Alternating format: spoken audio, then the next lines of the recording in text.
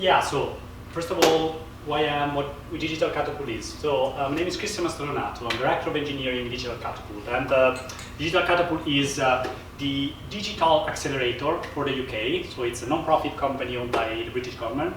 And our job is, let's say, by the name, accelerate digital economy, which is pretty daunting. Think about that. So there's a lot of work from our side to try to kind of say, narrow down our impact, of course, in a way, more than the impact, the scope, because otherwise digital economy is everywhere. And yeah, I would be happy if somebody of you wants to know more about Digital Catapult to chat about that later. And about myself, I have a weird background, but in a way, the reason because I'm here because I PhD in quantum physics back 100 years ago, probably. But anyway, at least that feels like that. And I am working on, I've been mainly working on quantum, let's say, data science applied to main industrial problems. 15 years now in different, let's say, settings from technology perspective, business perspective, and so forth. But on the other end, I always felt, at least, let's say, how can I say, really inside me that I'm still a quantum physicist in a way. So I always kept the interest. And lately, when I joined Digital Catapult, there is a growing question now on, well, what about the quantum economy, okay, or the quantum technology? Is there anything to accelerate for us? That's what I've been digging over the last months, let's say, mainly by myself, to be fair, with the help of a few others, colleagues actually, because we, quantum physicists, apparently, we tend to spread out, but we are there, a few, but we're there. And so we had a few charts and we started building a little bit of a vision. And yeah, it was kind of timely, I'm coming around and say, oh, we're organizing that stuff, and yeah, that's the reason. So I'll try to give you a little bit of an overview, and of course, happy to answer any question. Maybe there is a QA at the end, probably. So yeah, maybe. But of course, if there are also specific things you don't understand, you can stop me anytime. So roughly speaking, okay. So there is one thing. Everybody speaks about quantum computing, okay? But quantum technology is a quite broader topic, okay, which is starting off from well, it's even in the 60s in some cases, okay? And there are references to Feynman in the 80s talking about, let's say, technologies and quantum computers back in the 70s, more or less, beginning of the 80s. So it's not something new per se in research. But I think now we start having the technology to start building actual things. That's the reason, because now there is this hype that, yeah, let's see, and that we'll have to see if this hype is going to be sustained or not over the next year. So quantum technology can be roughly split into three main areas, okay? It's debatable, but this is the way I like to do it. So there is one area, which is quantum communication, which I'm not to talk about, because there is an expert here that is going to talk after me. So just there is that area, and we'll learn more in a few minutes. Then there is another one, which is, I like to call it quantum widgets, but there are multiple sub-areas there, which are, to me, these two are the two that have more short-term impact, okay? They might have more short-term impact. And then there is quantum computing. In quantum widgets, it's nice to mention a few things that are happening that are, again, on the market or close to the market, which are science fiction in a way. So for example, well, the basic things are quantum clocks that, well, everybody think, oh, do I need a quantum clock? Well, in a way you do, because your navigation system usually needs something like that. Okay, so you need very exact timing, and the reason is because actually, but most people don't know, but if you are on the ground, your time runs differently than a satellite. There are general relativity effects, so that, let's say, the time runs, the clock, and let's say, runs differently, and the synchronization needs to be very, very, very fine. So the more we can get into this sort of, let's say, quantum clock, the more precise they can be, the more precise location we can have. So that's the example, for example, of quantum technology, which is kind of pretty soon.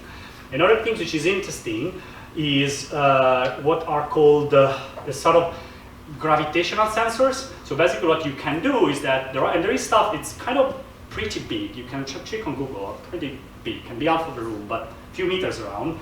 And then you can move them around, and they can basically find, without digging any hole, if there is voids and holes underneath the surface. That can be very helpful in construction works and in many other situations. So you can basically make a shape. It's a little bit, if you remember the X-ray glasses in the 70s, 80s, well, if it's old enough, remember let's say, well, they never really worked, but there were the X-ray glasses. And that's kind of a concept that works, so you can actually find out if there is a void, so you can find pipes, you can find construction, possible holes, and yeah, there are prototypes working right now, very close to commercialization, so it's a technology that's right on. The third one is, there is a lot about quantum imaging, and quantum images can be very wide, but there's some nice stuff. I make an example, which is single photon detectors. So how can a single photon detector be very helpful? Think about driving, and there are already now experiments with helicopters. Think you're driving, could be a combat situation or a, let's say, well, kind of emergency situation. So you have an helicopter, is driving in the fog, so you see nothing. If you have a single photon detector, you can start making basic shapes of what's behind that wall, which is the fog or whatever, and that can help a lot in a way, because you can start piloting the helicopter in a situation where usually it's not possible.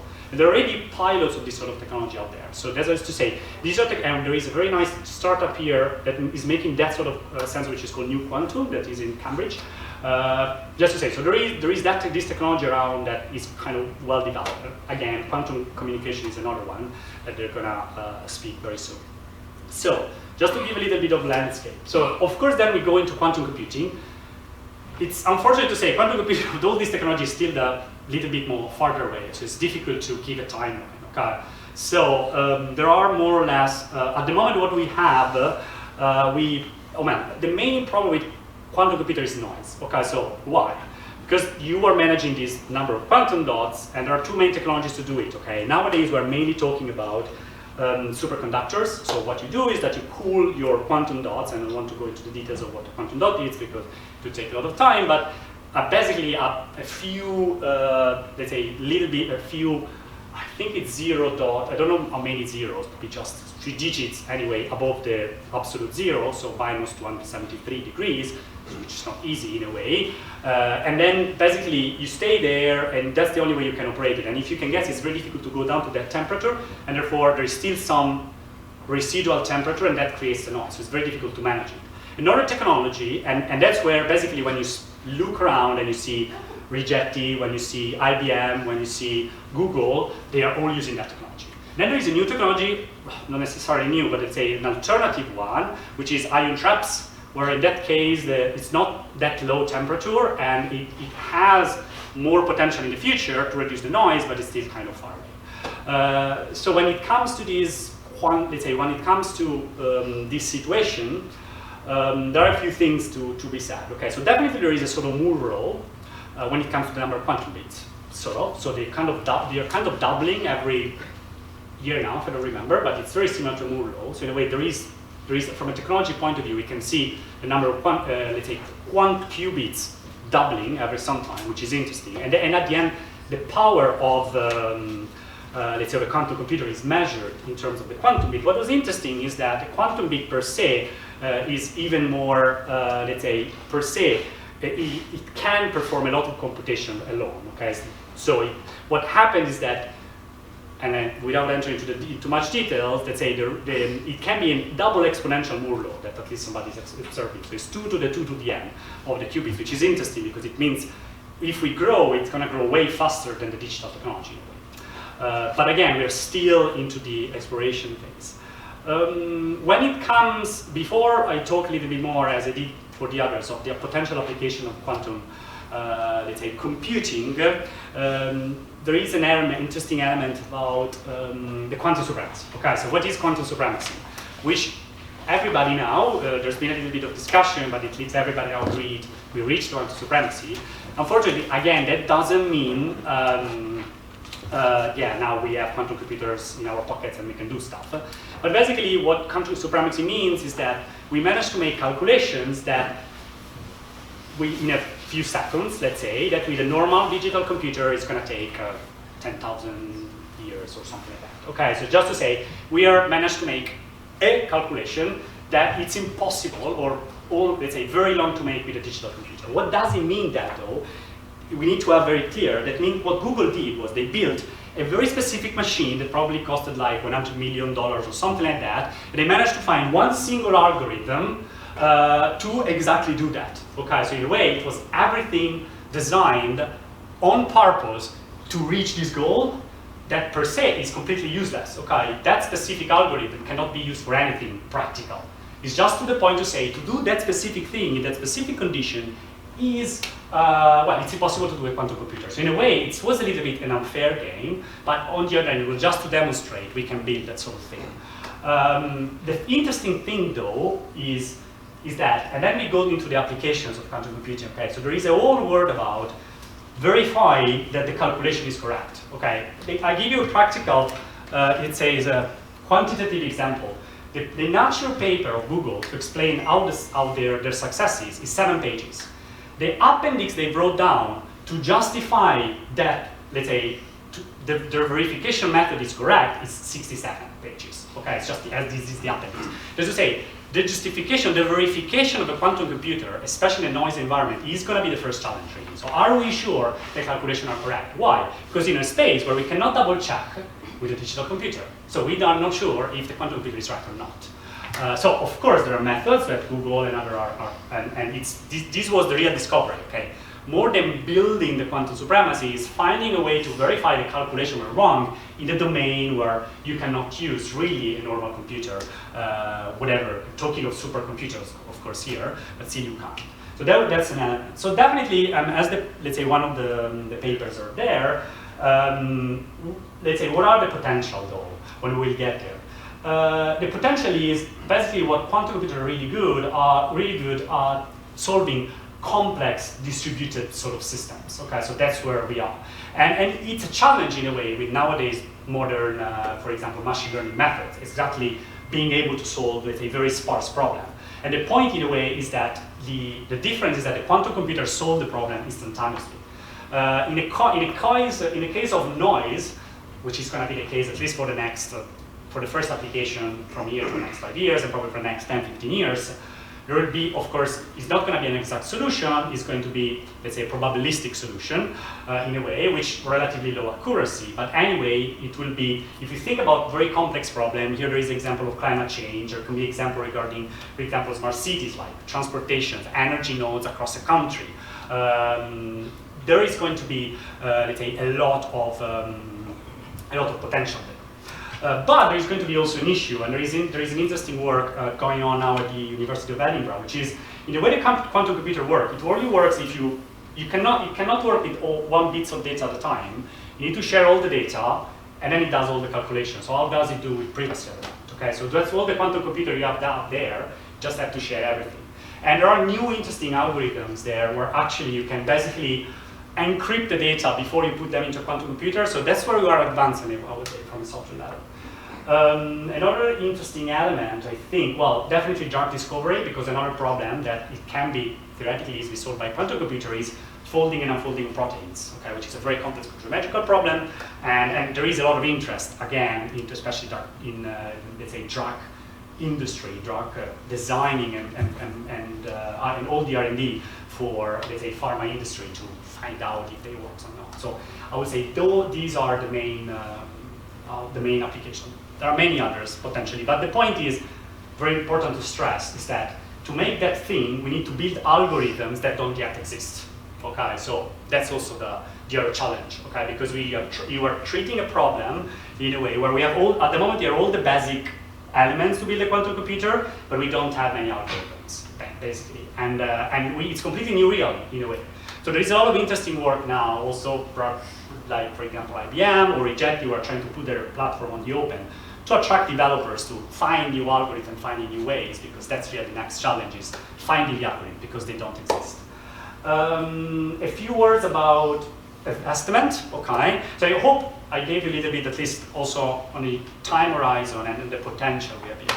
Regarding investment, a few words which I think are relevant. So, I think UK is well positioned. Why? UK is well positioned because, of course, well, basically we have world-leading universities. There's Cambridge, Oxford, UCL, Imperial here in London. I mean, we have the best researchers around. But, and there is a budget which is pretty conspicuous compared to other things, which is 1 billion of, let's say, of pound across from 2014 to 2024 to work out basically the basic research on the hardware side, I would say.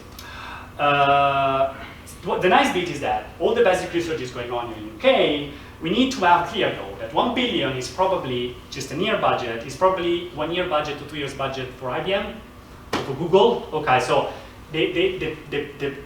let's say, how can I say, the other side of the coin here in UK is that there is a very limited private investment, okay, especially from large companies. So we do have companies, especially in quantum communication, I'm going to speak more about that. There is interest for companies like BAE, for example, of course, in security. When it comes to quantum computing and a few other things, there is a lot of R&D going, but then the industrial side is struggling to pick up. So that's the thing. So there is definitely a big investment on the public side, and it's difficult to see the kind of private equivalent pooling, which we see in the US on the other hand. I mean, what the public side is investing in the US is a fraction of what the private are doing. Okay, that's, I think, this imbalance, and probably it's going to be the same in China as well. Okay, so probably that's the imbalance we are seeing a little bit here in UK, which is the things that they're trying to put. The government is trying to push as much as it can from a point of view of building consortia, and these other things. Another word about private investment. Of course, I spoke about large companies. What about startups? So are there startups in the quantum technology world? I mentioned one in Cambridge with quantum. Well, there are. So let's say the bad news is that, and I found out a week ago, it was a conference from a guy from Financial Times, that he stressed the fact that there are way more investment in dog walking apps than in quantum technologies, okay? From just a pure VC point of view, from a pure, let's say, investment point of view in startups. Said that though, in 2017-2018, there is a nice article in Nature, I have that printed and I can share with you the link, that says that we had investment all over the world of 450 millions, okay? Which was 4 times the investment of the previous 2 years, 2015-2016. So, which looks like a lot the ramp up that AI was having more or less 10 years ago. So there is potential there, okay, but again, these 450 millions are not yet as dog walking up. So we need to have again in mind that we are at the beginning of something that can be potentially big, but where the time frame is still somehow unclear. Well, I think that's more or less everything from my side. Okay? So if there is any specific question. You talked about constraints to actually achieving practical quantum computing. Yeah. There are some constraints which we just don't know. We don't know how long it's going to take to work out certain really deep scientific problems. It's hard to predict that stuff. Is there stuff today which you are seeing as a constraint, for example, investment, which can be solved quite easily by someone setting up events like this to bring more understanding, or something that practically can be achieved now without gambling on technology change in the future? It's a good question. I'm not sure I have a good answer to that though. I think definitely awareness is going to be important. I think the awareness is there is a lot of potential. I mentioned in drug discovery, climate change. So there are major issues in the world that can be solved by an investment with this technology that can bring definitely our power, let's say, at another level from a point of view of solving such problems. So I see there is potential in the awareness, and I see there is potential, as I mentioned, in building communities, contributing from a point of view of finding out new algorithm that can be done by any developer in a way.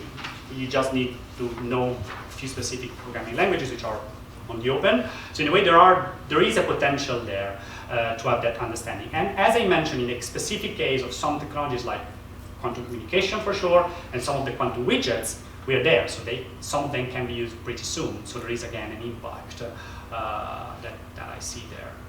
So I see value, but exactly, it's a little bit like similar conversation at the beginning of the AI explosion. Okay, and nobody could predict, but definitely there were, for example, in the case of AI, there were conversations that didn't happen about AI ethics. That now everybody's rushing on. If you think about that, so I think it's a good moment now to start thinking of what can be the problems as well, and how can we get it right. So yeah. Cool.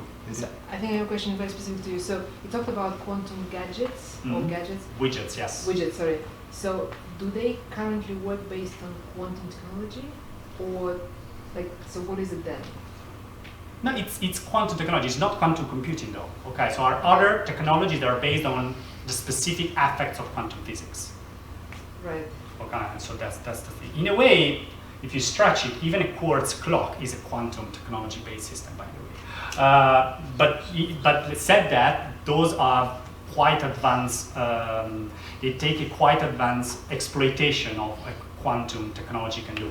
It would take more time to explain what quantum is and what is different between a quantum solution and let me say digital or standard mechanical solution. Okay, so and we need to spoke about superpositions and specific quantum effects. But you really have to take into account quantum effects are different from the normal electronics we usually do, and they can, let's say, their exploitation can open up new opportunities. That's what the answer. But those widgets are, some of them pretty, let's say, quantum clocks, some of them are already on the market.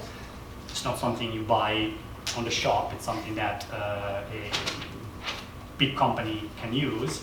And as I mentioned, quantum sensors are relatively close.